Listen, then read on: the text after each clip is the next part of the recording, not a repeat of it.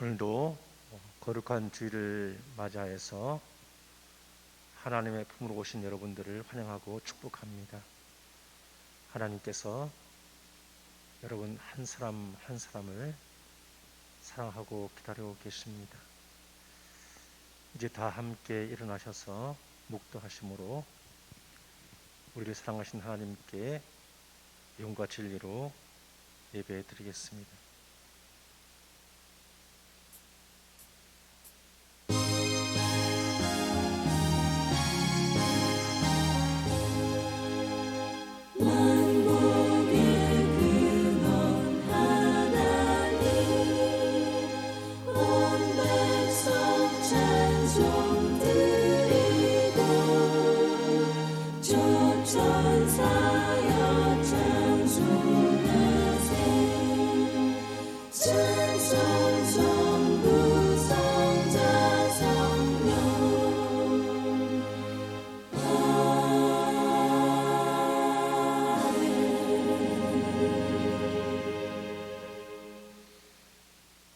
이스라엘의 왕인 여호와, 이스라엘의 구원자인 만군의 여호와가 이같이 말하노라. 나는 처음이요 나는 마지막이라. 나 외에는 다른 신이 없느니라. 하나님은 영이시니 예배하는 자가 영과 진리로 예배할지니라. 아멘. 주님, 지난 한 주간도 변함없는 사랑으로 저희들의 삶을 은총으로 채워주심에 감사를 드립니다. 참새와 제비도 주의 제단에서 보금자리를 얻는다고 말씀하신 것처럼 오늘 저희들이 성전에서 평안과 기쁨을 누립니다. 빛 대신 주님 앞으로 나아갈 때 우리 삶의 모든 어둠이 물러가게 하시고 전능하신 하나님을 경배할 때 우리 안에 있는 모든 연약함이 강건함으로 변화되게 하옵소서.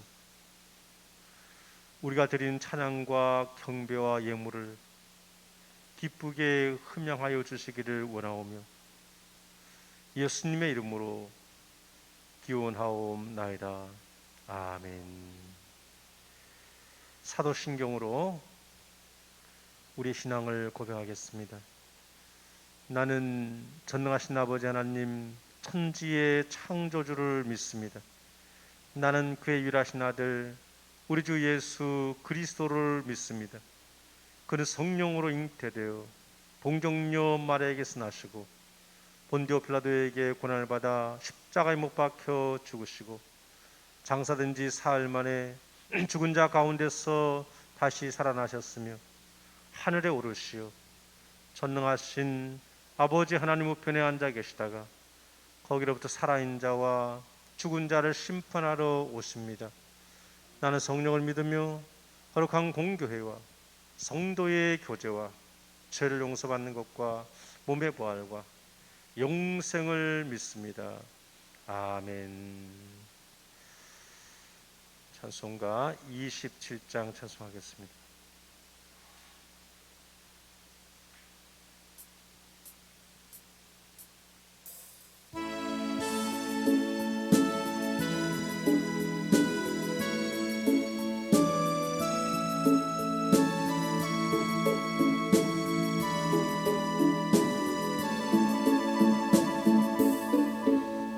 빛나고 높은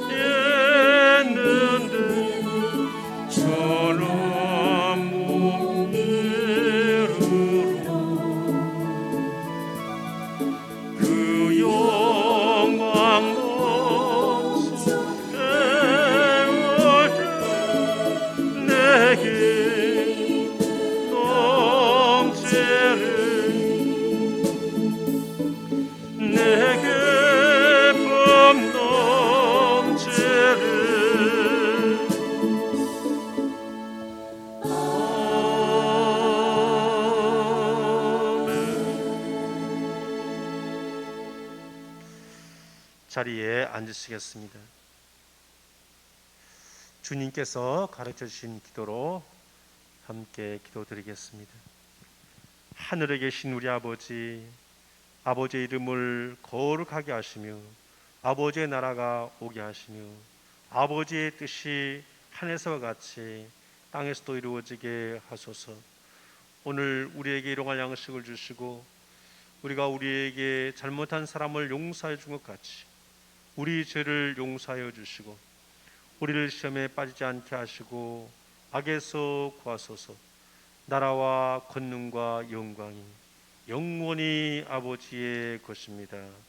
아멘. 찬송가 51장 찬송하면서 준비한 예물을 하나님께 올려드리겠습니다.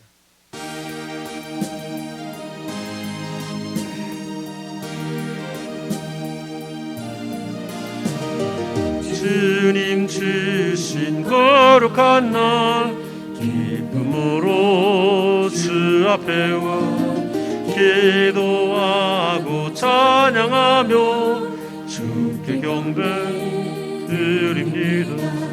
내게 주신 귀한 물증 하나님께 드리오니 기뻐 받을 제물로서 연락되게 하옵소서.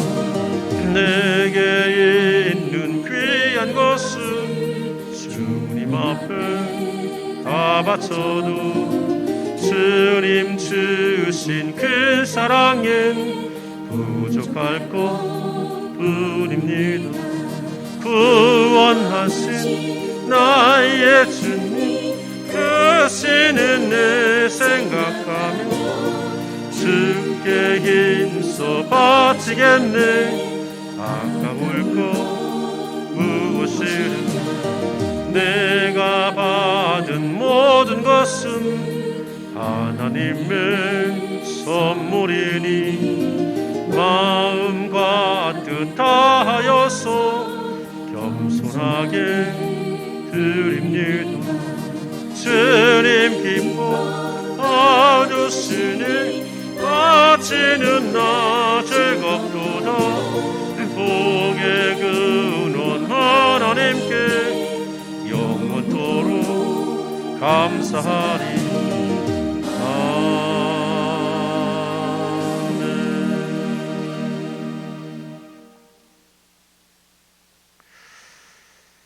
하나님 아버지, 빈손으로 왔다가 빈손으로 가는 인생 하나님께서 때를 따라 먹여주시고 입혀주시니 감사합니다.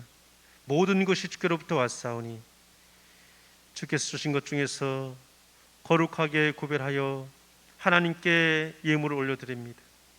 주님께서 기뻐받아 주옵소서. 하나님을 섬기는 우리 모든 성도들 가정에서도 복을 받게 하시고 직장에서도 복을 받게 하시고 자녀와 생업이 복을 받게 하여 주옵소서. 들어와도 복을 받게 하시고 나가도 복을 받게 하시고 악한 대적은 한 길로 왔다가 일곱 길로 도망하게 하옵소서. 하늘의 아름다운 보고를 열어주시어 손으로 하는 모든 일에 복을 주시고 구워줄지라도 꾸지 않게 하시고 머리가 되고 꼬리가 되지 않게 하시고 위에만 있고 아래에 있지 않게 하여 주옵소서. 흑암 중에도 빛이 나게 하시고 모든 질병을 치유해 주시고 강건하게 하여 주옵소서. 예수님의 이름으로 간절히 축복하며 기도하옵나이다. 아멘. 우리 서로 인사할 때 하나님 우리와 함께 하십니다. 이렇게 서로 인사하겠습니다. 하나님 우리와 함께 하십니다. 하나님 우리와 함께 하십니다. 제가 교회 소식을 전해드리겠습니다. 오늘도 7시 반 11시 예배를 드리고 있습니다. 11시에는 2층 비전스쿨실에서도 영상으로 예배를 드리고 있습니다.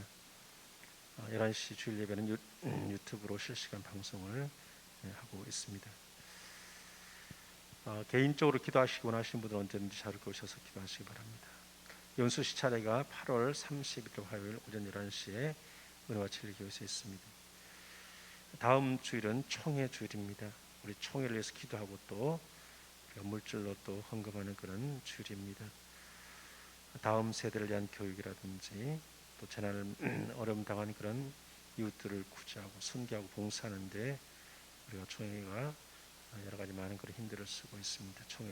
총회를 위해서 또 기도해 주시기를 바랍니다. 강당 꽃꽂이 심재훈 주중입사님께서 해주셨습니다. 입원하신 분들과 환우들을 위해서 또 군복무적인 자녀들에서 계속해서 기도해 주시면 감사하겠습니다. 이제 광고를 마치고 하나님께서 우리 계신 말씀 마가복음 7장 1절부터 8절까지 말씀을 제가 봉독해 드리겠습니다. 마가복음 7장 1절부터 8절입니다.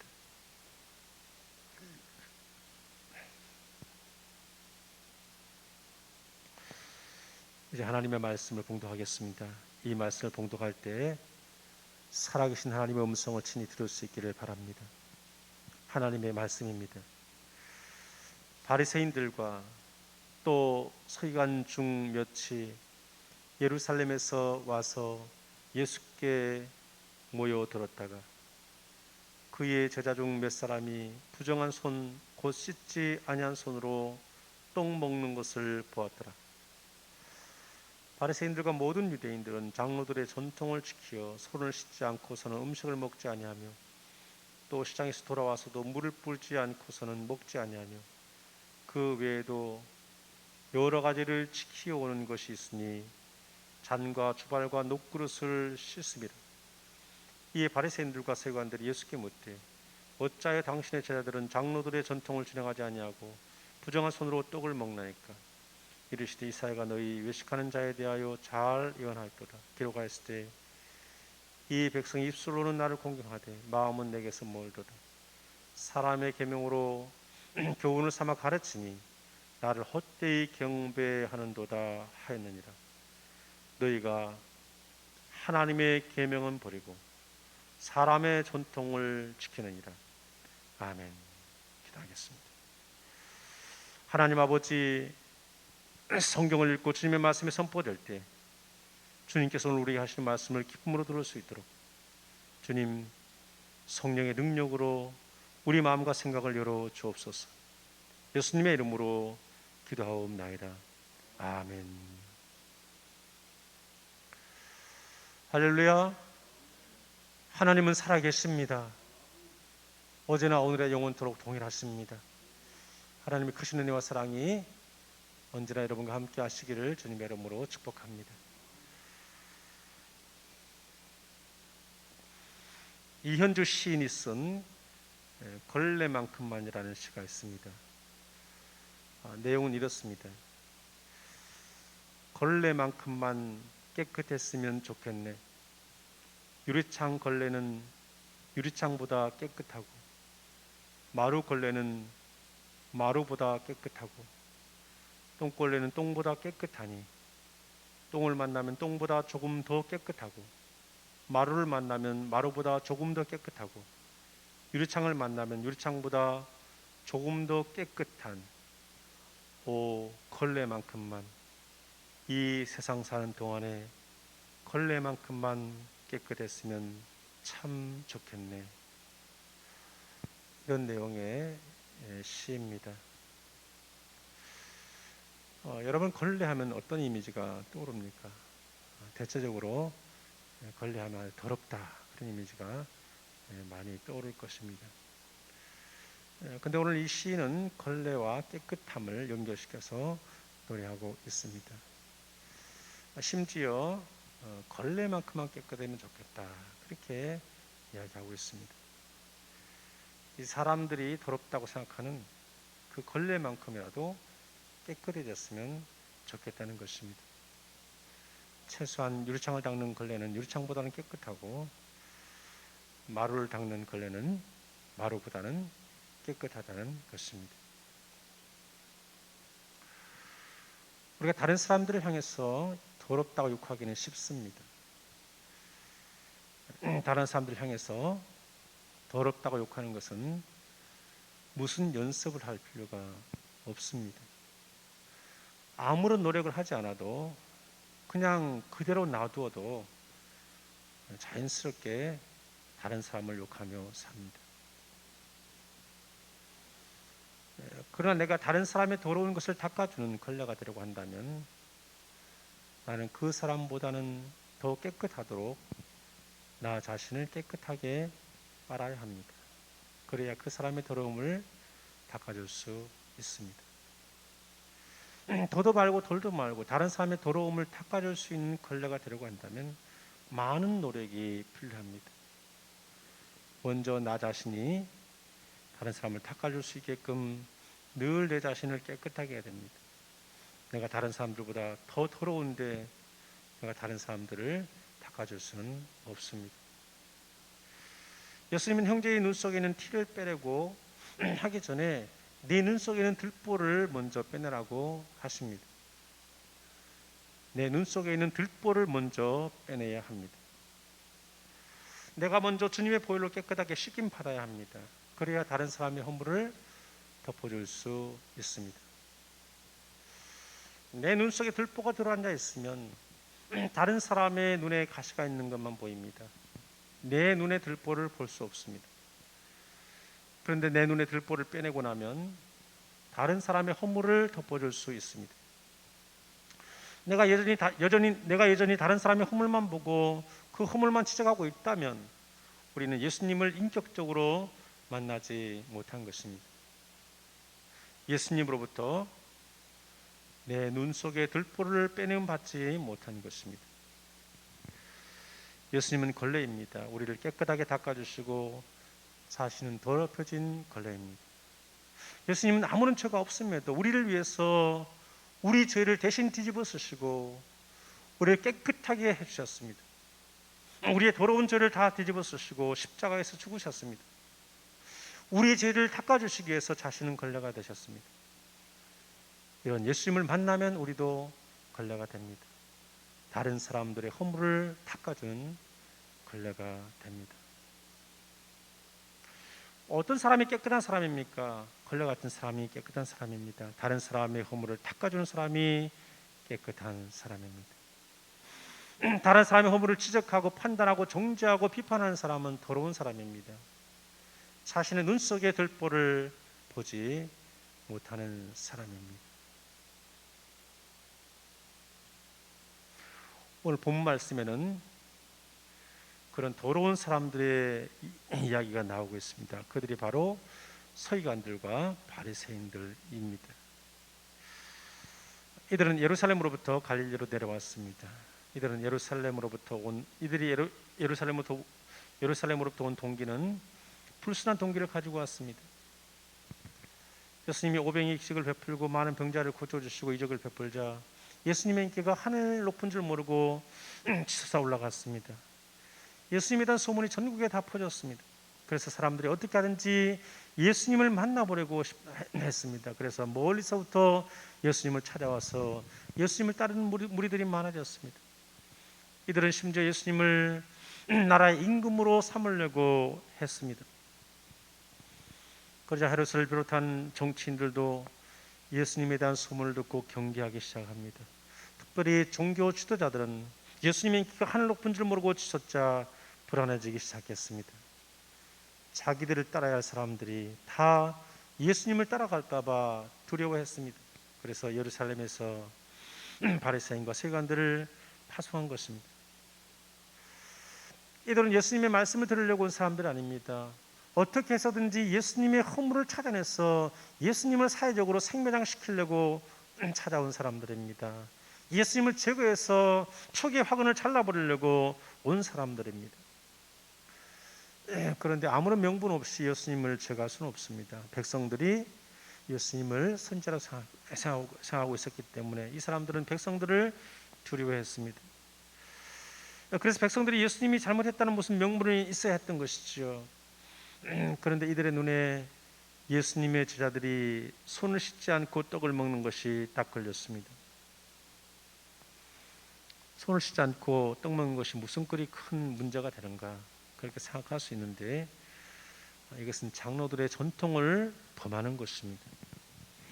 장로들의 전통에 따르면 손 씻는 예법이 있어서 손가락을 펴서 위로부터 손목까지 물이 흐르게 하고 주먹을 다른 손바닥과 손등에 비빈 후에 다시 손가락을 아래로 펼치고 물을 부어 정결례식을 마쳤습니다. 그뿐 아니라 사절에 기록된 것처럼 시장에 다녀오면 목욕을 한 뒤에 식사를 해야 했고 잔과 주발과 녹그릇 같은 기물도 물로 씻어야만 했습니다. 그렇다면 이 유대 종교 지도자들은 이 부정함에 대해서 이렇게 집요하게 흠을 잡으려고 했을까요? 우리가 그 의미를 알기 위해서는 간단한 역사적인 배경을 살펴볼 필요가 있습니다. 유대 사회가 종교적인 부정에 대해서 강조했던 것은 포로기 이후였습니다. 당시 고대 근동의 많은 민족들은 식사도구 없이 손으로 음식을 먹었습니다. 그래서 식사 전에 손을 씻는 것은 위생적인 차원에서 하나의 관례였습니다. 그런데 포로기 이후에 이런 관례가 종교적인 정결 규례로 정해졌습니다. 그리고 그 전통을 지켜왔던 것입니다. 물론 레위기 15장 19절에서 31절과 21장 11절을 살펴보면 정결 예식에 대한 규례가 있습니다. 그런데 이 포로기 이후에 모세 율법에다가 이 규례를 덧붙여서 세상 항목까지 추가해서 인위적으로 확장시켰던 것입니다. 예를 들면 식사 전에는 반드시 손을 씻어야 한다. 먼 곳에 갔다 돌아왔을 때는 몸까지 다 씻어야 한다. 그런 규정들이 있었습니다. 이러한 세부 항목들은 종교적인 전통이 되어서 계속해서 지켜져 왔던 것입니다. 그리고 이를 어기면 종교적으로 부정하게 취급받았던 것이죠. 따라서 이러한 전통 가운데 있었던 바리새인과 사두개인들이 봤을 때에 제자들이 손을 씻지 않고 빵을 먹는 것은 곧 종교적으로 부정한 일을 저지른 죄가 되었습니다. 그래서 그들은 죄를 손을 씻지 않은 일로 인해서 예수님과 그의 제자들을 종교적으로 부정을 저지른 죄인들로 규정하려고 했던 것입니다.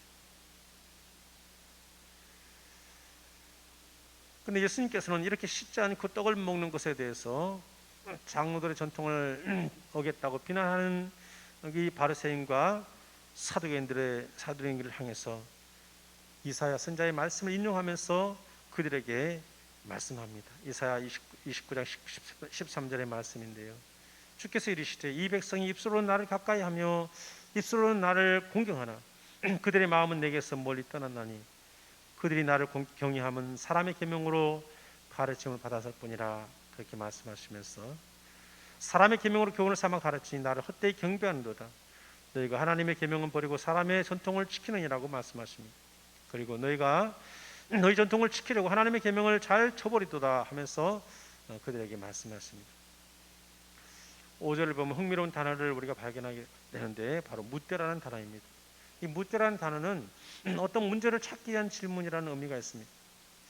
이들이 지금 예수님께 묻는 것은 궁금해서 묻는 것이 아닙니다. 마치 검사가 죄인을 신문하듯이 그렇게 다그치면서 묻는 것입니다. 예수님을 죄인으로 몰아가고 있는 것입니다. 이러한 의도를 가지고 질문하는 바리새인과 사두개인들에게 예수님은 이사야서의 말씀을 인용해서 답했던 것입니다. 6절에서 말씀하고 있는 입술로는 나를 공경하나 할 때 이 입술은 바로 뒤에 나오는 7절에서 사람의 계명으로 교훈을 삼아 가르치는 것을 말합니다. 그리고 하나님을 헛되이 경배하다라는 말씀은 그들이 장로들의 유전을 따라서 가르치고 행동했을 때는 하나님을 최상으로 섬기는 것처럼 보입니다. 그러나 그들은 겉모습만 최상이지 마음은 전혀 그렇지 않았습니다. 그들의 형식적이고 종교적이고 율법적인 사고와 행동은 결국 위선으로 가득하게 되었던 것입니다.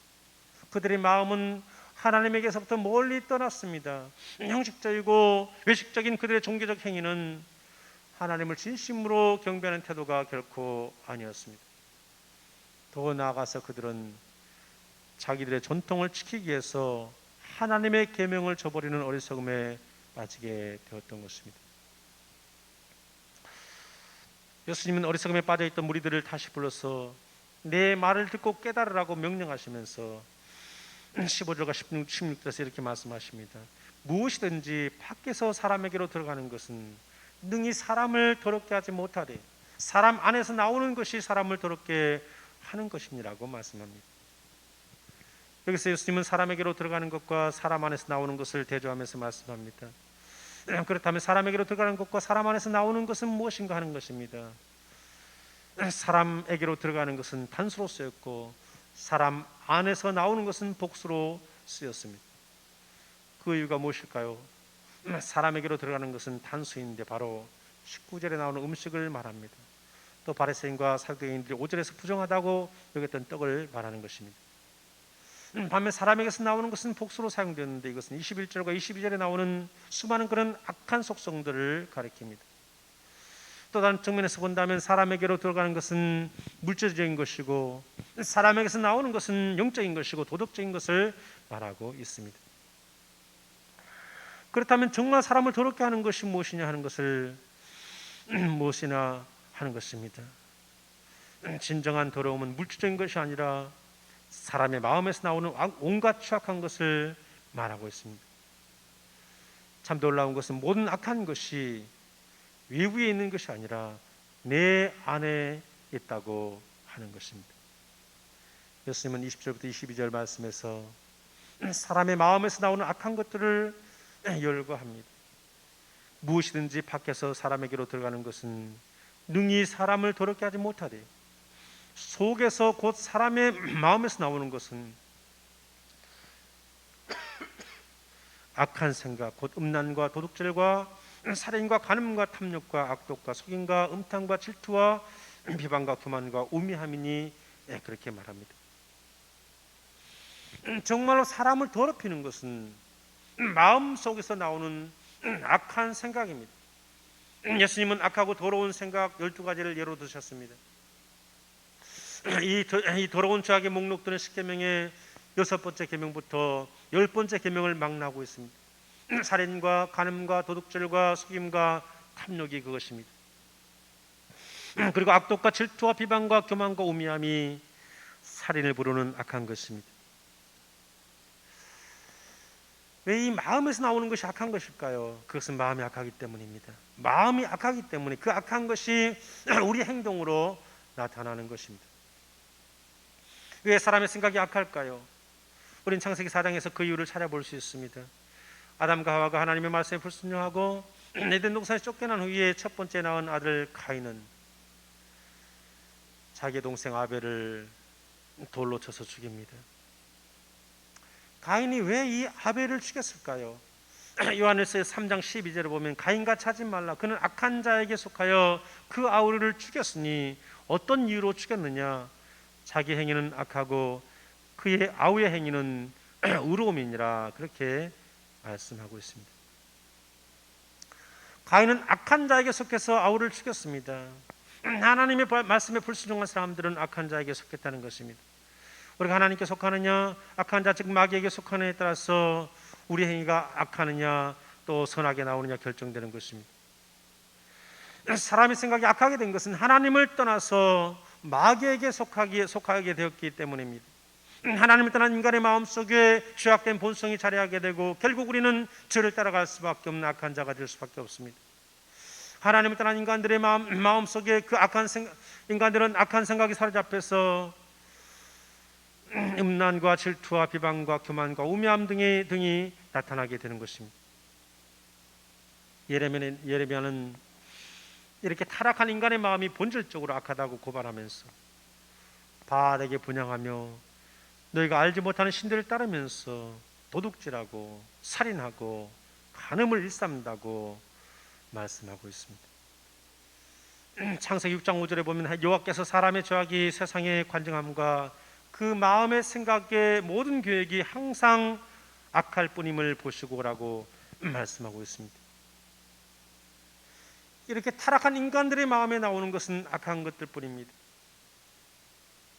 당시 형식주의에 빠져있던 바리새인들과 세관들과 장로들이 만들어 놓은 전통은 곧 악한 사람들의 마음에서 나왔고 악한 생각에서 구상된 것이었습니다.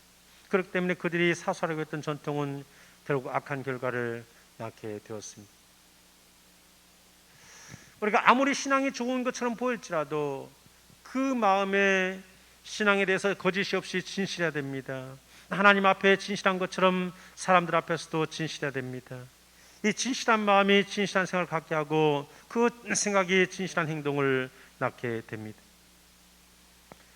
바리새인과 세관들은 진실한 마음은 사라지고 형식주의만 남아서 입술로만 하나님을 공경한다고 하면서 그들의 마음으로는 하나님으로부터 멀리 떠나가고 말았던 것입니다. 스위스의 크리스천 사상가인 칼 힐티는 기독교 형식주의를 비판합니다. 성실한 정신이 깃들지 않은 모든 형식주의, 예컨대 마음의 진실함 없이 교회 다니는 것이나 억지로 가정 예배를 드린다거나 하는 것은 오히려 신앙을 저해할 수 있다고 그렇게 말합니다. 형식적인 신앙을 내세우며 자기 도취에 빠지는 것은 기독교 발전에 장애를 가져온다면서 크리스천들에게 경종을 울리고 있습니다. 기독교는 형식주의에 빠지는 것이 가장 큰 위험입니다. 예수님께서 우리에게 주신 말씀을 따라서 마음에서 일어나는 그런 12가지 더러움을 우리가 은혜의 샘물에 나가서 씻으면 우리는 이 형식주의의 폐에서 벗어날 수 있게 됩니다. 단순히 손을 씻지 않고 먹는 것이 무슨 문제가 되겠습니까? 마음으로 하나님을 섬기며 신실한 심령을 온전히 하나님께 드리고 있는지 그것이 더 중요한 것입니다. 이러한 형식주의에서 벗어나고자 했던 운동이 바로 경건주의 운동입니다. 경건주의는 17세기 말 독일의 개신교가 또다시 교리와 형식에 치우치는 것에 대해서 반대하면서 일어났던 신앙운동이었습니다. 스페너가 창시했는데 성경을 중심으로 한 개인의 영적 생활의 체험과 실천을 중요시하면서 경건 생활을 하자는데 그 목적이 있었습니다. 17세기 개신교 정통주의는 점점 교류화되면서 점점 이성주의에 빠져서 하나님과 성도들 간의 생명력 있는 관계가 상실되었습니다. 경건의 모양은 있지만 경건의 능력은 잃어버리고 말았던 것입니다. 그래서 교회가 경건의 능력을 잃어가자 교회 안에서 경건의 능력을 찾기 위해서 교회 안에 작은 교회 운동을 전개합니다. 스페인은 1670년부터 주일 예배 후에 자신의 집에서 작은 모임을 만들어 지속적인 만남을 가져갔습니다. 주일 설교에 대한 토론과 경건 문학 작품을 편집하는 일들을 했습니다. 또 평신도를 중심으로 성경 연구반을 조직해서 운영했습니다. 이것을 통해서 신자들의 영적인 성장을 도왔습니다.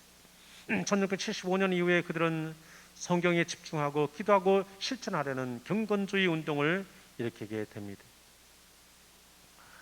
그리고 그의 제자였던 프랑케는 보다 더 영적인 경험과 경건을 강조했습니다. 1964년도에 할레에서 경건주의 대학인 할레 대학을 설립하고 할레시는 경건주의 운동의 중심지가 되었습니다. 할레 대학을 중심으로 많은 젊은이들이 해선교를 지망하게 되었고 18, 19, 20세기에 수많은 선교사를 세계 곳곳에 파송하게 되었습니다.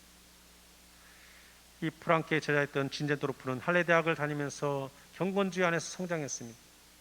그는 30년 전쟁 때 보헤미아에서 피난온 형제들에게 자신의 소유인 이 sakso니의 헤른후르트를 내주면서 그들과 함께 경건주의 운동을 하기도 합니다. 그리고 그들의 지도자가 되기도 합니다. 그들은 그 형제들의 출신 지역의 이름을 따서 모라비아라는 이름을 따서 모라비안이라고 이름을 붙이게 됩니다. 경건주의는 교리나 전통이 아니라 성화의 삶으로 교회와 사회를 개혁하고 경신하려는 것을 본질로 삼고 있습니다. 경건주의는 머리의 종교가 아니라 마음의 종교이며 가르침보다는 삶이 더 중요하다고 그렇게 강조합니다. 우리는 지금 경건의 모양은 있으나 경건의 능력은 잃어버린 것이 아닌가. 우리의 신앙을 돌아봐야 합니다. 교리를 따지고 서로 비판하고 판단하는 것은 이단을 박멸하기 위해서는 필요하겠지만 교인들끼리도 서로 사랑하고 포용하지 못하고 십자가의 사랑으로 서로 용서하지 못하고 예수님을 믿는다고 하면서도 예수님을 믿는 형식만 갖추고 진정으로 예수님께서 말씀하신 사랑의 계명은 따라가지 않고 있는지 우리 자신을 깊이 살펴봐야 합니다. 이렇게 독일에서 경건주의 운동이 활발하게 일어났을 때 영국에서는 존 웨슬레가 감리교를 창시하고 열심히 복음을 전했습니다. 이 웨슬레는 미국 조지아로 복음을 전하러 갔다가 큰 풍랑을 만나서 배가 전복될 그런 위험에 처합니다. 폭풍우는 더욱더 거세게 몰아치고 죽음의 공포가 밀려옵니다. 그런데 배 갑판 위에서 몇몇 사람들이 찬송을 부르면서 평안을 유지하는 것을 보게 됩니다. 너무나 놀란 웨슬리는 물었습니다. 당신들은 누굽니까? 그때 그들은 대답합니다. 우리는 모라비안들입니다. 웨슬리는 이들에게 깊은 감명을 받고 이들의 친구가 되었습니다. 이 웨슬리는 미국 조지아에 가서 복음을 전했지만 성공적이지 못했습니다. 1735년도 조지아로 갔다가 선교에 실패하고 2년 뒤에 귀국하게 됩니다. 선교에 실패해 기진맥진한 모습으로 영국에 돌아와서 런던의 올드스케이트라는 거리를 걷고 있었습니다. 그때 마침 부흥회가 열린 것을 발견했습니다. 웨슬리는 설교를 듣고 마음속에서 다시 한번 부흥회의 불길이 타오르기 시작했습니다. 그 설교를 한 사람은 바로 모라비안 선교사였습니다. 웨슬리는 그때 감동을 이렇게 기록하고 있습니다. 나는 설교를 통해 내 가슴이 강렬히 뜨거워짐을 느꼈다. 그리스도를 의지하게 되었고 오직 그리스도만이 나의 구원자가 되었다. 그리스도는 나의 죄와 나 자신까지도 가져가시고 구원의 확신을 주셨다. 죄와 죽음의 율법으로부터 나를 구원하셨다. 이렇게 고백하고 있습니다. 웨슬리는 다시 한번 힘을 얻고 런던을 변화시키는 놀라운 일을 행하게 됩니다. 그리고 자기에게 행하신 하나님의 놀라운 일들에 대해서 설교하기 시작했습니다. 이 웨슬리 경건운동은 단순히 교리에만 머무는 것이 아니라 하나님과의 영적인 깊은 교제와 더불어서 사회운동을 펼쳐나갔습니다. 감옥 개선운동, 노예제도 폐지 운동 등을 펼쳐나갔습니다. 단순히 교리에만 머무는 것이 아니라 이웃사랑의 차원으로 사회개혁 운동으로 나갔던 것입니다. 이렇게 형식주의를 넘어서 진정한 복음을 경험하고 그 복음에 대한 경건한 마음으로 실천했던 웨슬리는 오늘 우리들에게 귀중한 신앙의 실천의 모범을 보여주고 있습니다. 오늘 우리가 살아가는 현실도 웨슬리처럼 전도사에게 실패할 수밖에 없는 것처럼 보입니다. 더 이상 복음이 전파되지 않을 것처럼 보입니다. 그럼에도 불구하고 우리가 회복해야 될 것은 경건의 능력입니다. 말씀과 기도를 통해서 개인의 심령이 변화되고 사회까지 변화되어 갈 수 있도록 하는 힘은 바로 경건의 능력입니다. 복음의 능력입니다. 사랑하는 성도 여러분, 오늘 우리도 바리새인과 세관들처럼 형식주의에 빠져 외식한 자들이 될 수 있습니다. 형식적으로 예배드리고 형식적으로 봉사하고 형식적으로 기도 생활하면서 다른 사람을 비난하고 책망하는 경우들이 있습니다. 종교 형식주의에 빠져서 다른 사람들을 비난하는 그런 교만한 모습을 띌 때도 있습니다. 그런데 오늘 말씀은 무엇이 진정으로 사람을 더럽게 하는지에 대해서 다시 한번 깨닫게 합니다. 예수님의 말씀처럼 물질적인 것이 더러운 것이 아니라 우리의 마음에서 나오는 생각들이 온갖 악한 것이라고 말씀하고 있습니다. 걸레만큼만 깨끗하여라는 이 이현주 시인의 고백은 우리 자신을 점검하게 합니다. 최소한 걸레만큼이라도 깨끗해야 더러운 세상을 깨끗하게 할 수 있는 힘이 있습니다. 언제나 문제는 우리의 마음입니다. 우리 마음에 악한 생각으로 가득 차 있다면 그 악한 생각이 더러운 행동으로 나올 것입니다. 그러나 우리가 예수님의 십자가의 보혈의 강가로 가서 우리의 마음을 씻으면 우리 마음이 깨끗하게 될 것입니다. 우리 마음이 깨끗하면 우리의 가정이 깨끗해질 것입니다. 우리 마음이 깨끗해지면 우리의 사회가 깨끗해지게 될 것입니다. 깨끗한 주님의 신부가 되어서 더러운 세상을 깨끗하게 만들어가는 경건의 능력자들이 되시기를 주님의 이름으로 축원합니다. 기도하겠습니다. 하나님 아버지, 우리도 바리새인들과 서기관들처럼 형식주의에 빠져서 나는 종교적인 의무를 다했다고 하면서 다른 사람을 판단하고 비판하고 정죄했습니다. 내 눈 속에는 들보는 깨닫지 못하고 다른 사람의 눈 속에는 티는 빼려고 했습니다. 이 무서운 죄를 용서하여 주옵소서. 이제는 경건의 모양이 아니라 경건의 능력을 가지고 이웃들의 허물을 덮어주고 원수까지라도 사랑하게 하옵소서.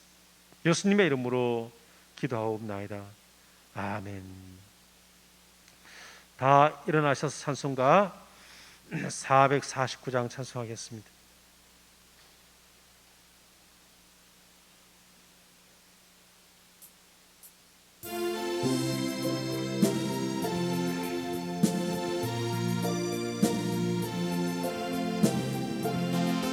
예수 따라가며 복음 순종하며 우리 행할 길 환하겠네. 주를 의지하며 순종하는 자를 주가 늘 함께 하시리라. 의지하고 순종하는 길은 예수 안에 즐겁고 복된 길이로다. 해를 당하거나 우리 고생할 때 주가 위로해 주시겠네. 주를 의지하며 순종하는 자를 주가 안위해 주시리라. 의지하고 순종하는 길은 예수 안에 즐겁고 복된 길이로다. 남의 힘을 지고 슬픔 위로하며 주가 상급을 주시겠네. 주를 의지하며 순종하는 자를 항상 복 내려 주시리라. 의지하고 순종하는 길은 예수 안에 즐겁고 복된 길이로다. 우리 받은 것을 주께 다 드리면 우리 기쁨이 넘치겠네. 주를 의지하며 순종하는 자를 은혜 풍성케 하시리라. 의지하고 순종하는 길은 예수 안에 즐겁고 복된 길이로다. 주를 힘입어서 말씀 잘 배우고 주를 모시고 살아가세. 주를 의지하며 항상 순종하며 주가 사랑해 주시리라. 의지하고 순종하는 길은 예수 안에 즐겁고 복된 길이로다. 아멘. 주보에 보시면 파송의 시간이 있습니다. 파송의 시간입니다. 하나님의 말씀을 따라 성령의 능력을 힘입어 예수 그리스도의 군병과 종으로 봉사와 선교의 사명을 다하게 하여 세계 속으로 나아갈지어다. 기도하겠습니다.